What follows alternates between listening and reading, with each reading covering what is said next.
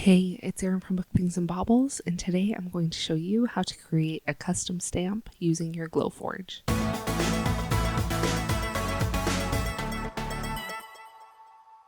So first things first, I am going to make my stamp file in Inkscape.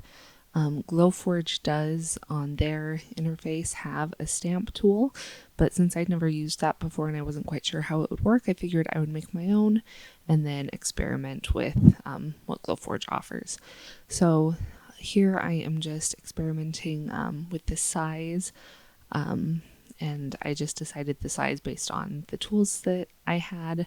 I've got a list linked down below of the rubber that I used. And then I've got some 3M double-sided sticky foam. And then I'm just using some wood, scrap wood, from some old projects. But today I decided to try and make my logo into a stamp because I thought that could be really fun with packaging and sending things out to customers. So here you can see me experimenting a little bit. I realized that my logo was a picture and not an SVG, which I needed. So here you can just see me using the trace bitmap to change my logo into a path, an SVG kind of path thing, so that I can do what I need to create the stamp. So basically how creating a stamp for the Glowforge works is you want to engrave everything but the raised parts that you want to be the stamp. So in this case, I want my logo, the Book Things and Baubles, to be raised up and everything else to be engraved. So basically what we're doing is creating negative space where the Glowforge won't engrave, and that will end up being your stamp. So after I got my SVG and got that all made, then I added it to a little box that I had sized to the size I need.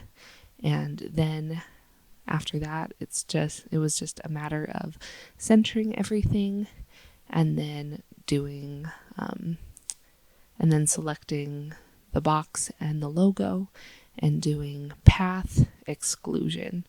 And so what that did was that created that negative space that I was talking about.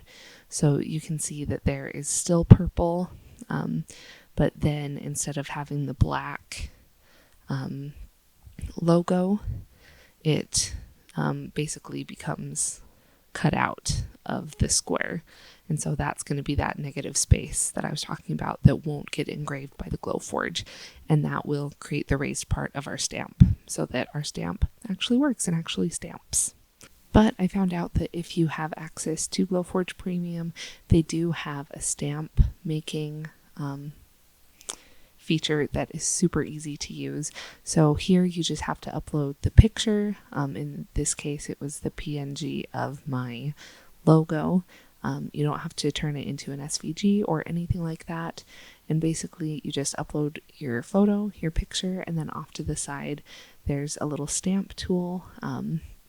And then there's a couple options. I decided to have it keep a copy of my original, and then you just hit the button and it does all of that work of inverting the logo, as well as making it into a negative, and it does all of that work for you. So that was super easy. So if you have access to Glowforge Premium, or you're not super comfortable with Inkscape, that is a great option for creating stamps really easily with the Glowforge. So then I uploaded this file to the Glowforge and got my settings all ready.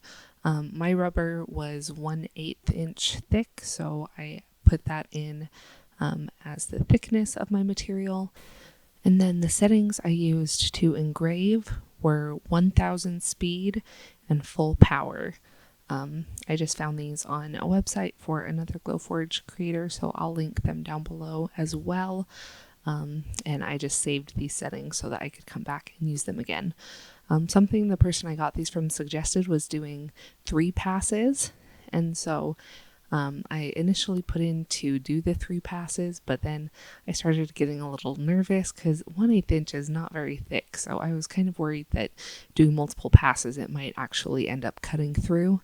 And so eventually I ended up just doing 2 passes instead of the full 3. But looking back, I think 3 probably still would have been better, but I was a little bit nervous. So that's why I didn't do the 3 passes. And you'll see the results of that a little bit later. And then for the cutting, I did power 125 full speed. That is also what the person I got these from suggested. And you'll see a little bit later that I didn't actually end up cutting the rubber with my Glowforge, but I don't see why those settings wouldn't work. So just keep an eye on it and it should be fine to do. But yeah, I didn't actually end up cutting this with my Glowforge.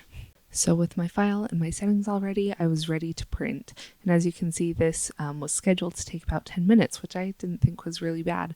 So I don't know if you can see it on the video, but there was quite a bit more fire than I was used to in this, which is another reason why I decided just to do the 2 passes.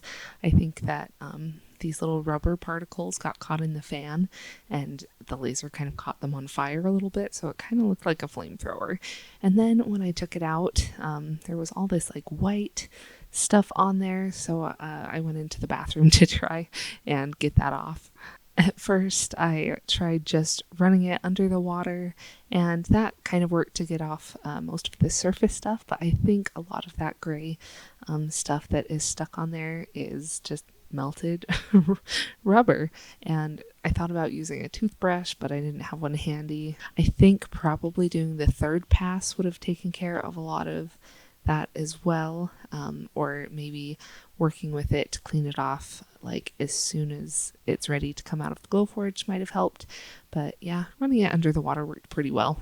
And so I originally had programmed the Glowforge to do 3 passes, but as I was watching it go, I got nervous about 3 passes. I was really worried that it was actually going to just go right through the rubber. So I actually canceled the print after the 2nd pass, and rather than put it back in the Glowforge and try and get it to cut perfectly around, I decided just to take some scissors to it, because that's kind of another thing that I was worried about. Was I did have a box around the logo for the Glowforge to cut, but I was worried that the box would actually still leave a little square of rubber around the logo, which I didn't want.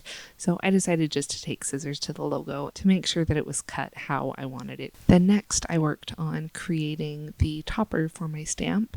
So this was going to be made out of just some spare 1/4 inch maple plywood that I had lying around that I thought would be a good backer. That's kind of the cool thing about the Glowforge, is you're able to literally create every part of the stamp using your Glowforge. So the stamp part, and then also the wood handle that shows what the stamp is, it can all just be created on the Glowforge, which is just super cool that we're able to create these custom stamps. So like I said, I used the thick maple and just used my normal settings for that. I recently upgraded my engraved settings for the Glowforge. So if you're interested in that, maybe I can do another video showing my updated preferences for engraving with the Glowforge. So comment and let me know if that's something that you're interested in. But yeah, I recently did discover a way I like better and is faster and gives me the quality engrave that I like better than the Glowforge settings. And I just can't get over how cute this is. I still just love watching my Glowforge print every single time, but especially this time because it's my logo. I guess you could say I'm a little biased. But anyway, I got the wood out and peeled off the masking tape, and then I was ready to assemble my stamp. So first I attached my rubber to my foam. Like I said, this is just double-sided foam that I was able to find on Amazon, and it came in like pre-selected shapes. So there's square and there's rectangle. I had to cut this a little bit so that it would be perfectly flush with the rubber, but they have all sorts of shapes, and I'm sure that you could also just buy the foam in a big pad and then just cut it out to the size and shape that you need as it comes up. But I was so grateful to earlier Erin, who actually bought the double-sided stuff, so it just made assembly so easy. It was literally just peeling off the stuff, sticking everything together, and boom, I've got a stamp. But of course, you know me, I didn't actually have a pad of ink at my house to test this out. So I went to Dollar Tree looking for a pad of ink and did not find any there, but I found some other stuff to buy. So I went to Michael's and they had what I needed and some stuff I didn't need but bought anyway. And so after that, I was ready to finally test out my stamp. And I'm pretty pleased with how it came out. I think I got a little bit too much ink on the first try, and it's very thick and very chunky. But I tested it out on tissue paper first because I saw a TikTok where someone was creating their own custom tissue paper just using a stamp and plain tissue paper, so I thought that would be fun. I think I have to refine my stamping technique though before I'm ready to send that out to customers. And so then I decided to try it on a couple other different things. I tried it on this sticker, but this is actually a thermal round sticker, so it's meant to go in a thermal printer, so that one didn't come out the best either. And then I decided to try it on a piece of paper, and I think that came out pretty well. But I definitely need to refine my stamping technique, and also I think doing the third pass would have made it turn out better as well. It would have given a little more wiggle room and depth to the stamp. And then the last thing I decided to do was put an enamel coating on the wood, just because I realized in order to clean the stamp you kind of have to get it wet, and I didn't want the wood to like rot or start going weird or anything like that. But here's the finished stamp. I think it is super cute, and if you're interested in working with the Glowforge and making your own custom stamps, definitely do it. It was super easy and super fun.